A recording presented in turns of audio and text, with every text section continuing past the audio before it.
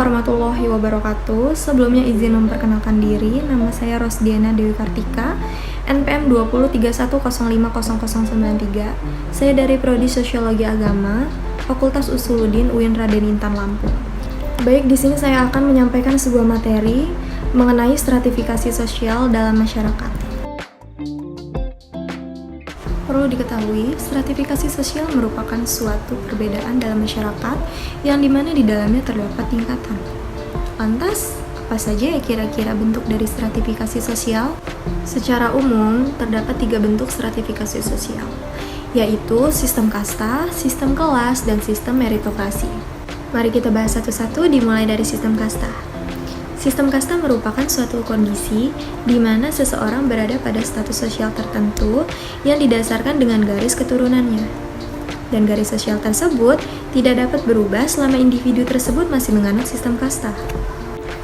Contohnya yaitu sistem kasta pada masyarakat Bali, yang terbagi menjadi 4 golongan, yaitu golongan Brahmana, Satria, Waisya, dan Sudra. Sistem kasta pada masyarakat Bali dapat dikatakan sebagai sistem stratifikasi yang tertutup. Artinya, tidak sembarangan orang dapat berpindah kasta. Jika individu tersebut terakhir pada golongan Brahmana, maka individu itu tetap berada di golongan Brahmana dan tidak dapat berpindah ke golongan Sudra ataupun Waisya. Pada umumnya, sistem kasta ini lebih menjunjung tinggi kepada takdir yang telah diberikan oleh Tuhan. Kemudian yang kedua yaitu sistem kelas. Sistem kelas ini terdiri atas sekumpulan orang yang mempunyai status yang sama dengan parameter strata dari kekayaan yang dimilikinya, pendidikan, pendapatan, dan pekerjaan. Sistem kelas dapat dikatakan stratifikasi yang terbuka, karena setiap orang berhak mendapatkan status atau kedudukan yang lebih baik sesuai dengan keinginannya sendiri. Contohnya, adanya perkawinan eksogami.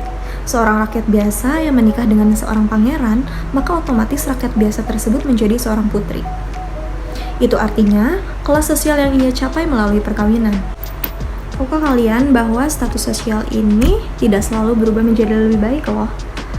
Dalam sistem kelas sosial yang bersifat terbuka ini, status atau kedudukan seseorang bisa saja turun jika tidak dapat dipertahankan dengan baik. Misalnya, contoh, seorang individu yang selalu mendapat ranking 1 di kelasnya merasa dirinya paling pintar tetapi tidak mempertahankan peringkat tersebut. Maka sewaktu-waktu individu tersebut harus dapat merelakan posisinya digantikan oleh orang lain.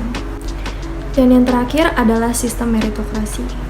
Meritokrasi artinya adalah mereka percaya bahwa strata dapat diperoleh melalui usaha atau kerja keras yang dilakukan oleh seorang individu. Bentuk dari stratifikasi ini juga bersifat terbuka, karena selama individu tersebut dapat berpindah status sesuai dengan apa yang dikehendaknya. Contohnya adalah ketika kamu ingin menjadi seorang dokter, maka kamu harus berusaha keras untuk mencapai cita-cita tersebut dengan cara belajar yang giat dan disertakan dengan doa juga ya. Nah, itu tadi merupakan 3 bentuk dari stratifikasi sosial. Setelah kalian mengenal bentuk-bentuk dari stratifikasi sosial, apakah kalian penasaran dengan fungsi-fungsi stratifikasi sosial itu apa ya kira-kira? Selain sebagai pembeda dari individu satu dan individu lainnya, stratifikasi ini juga mempunyai fungsi, yaitu 1. Pemberian hak istimewa yang objektif. 2. Sebagai penentu kelas sosial dan kedudukan seseorang. Dan yang ketiga, menentukan mudah tidaknya bertukar status. Mari kita bahas satu-satu, dimulai dari yang pertama yaitu distribusi hak-hak istimewa yang objektif. Artinya yaitu hak istimewa seseorang yang harus dipenuhi oleh orang lain akan berbeda-beda antara satu dengan yang lainnya. Kira-kira kenapa bisa seperti itu ya? Karena dalam stratifikasi sosial terdapat sesuatu yang dihargai. Contohnya, uang jajan yang diberikan oleh orang tuamu kepadamu yang masih SMA atau kepada adikmu yang masih SD jelas tentu berbeda, bukan? Nah, biasanya hak tersebut disesuaikan dengan tingkat kedudukan kalian. Dengan adanya stratifikasi sosial ini, maka akan memudahkan seseorang dalam menentukan hak istimewa dalam objektif. Dasar-dasar penentuan tersebut dapat dilihat dari penghasilan, tingkat kekayaan, jabatan, atau kedudukan seseorang. Nah, yang kedua adalah sebagai penentu kelas sosial atau kedudukan seseorang, Jadi, setiap anggota masyarakat akan ditempatkan pada status atau lapisan tertentu berdasarkan kriteria-kriteria yang ada, mulai dari lapisan paling atas sampai lapisan paling bawah. Yang ketiga adalah menentukan mudah tidaknya bertukar status.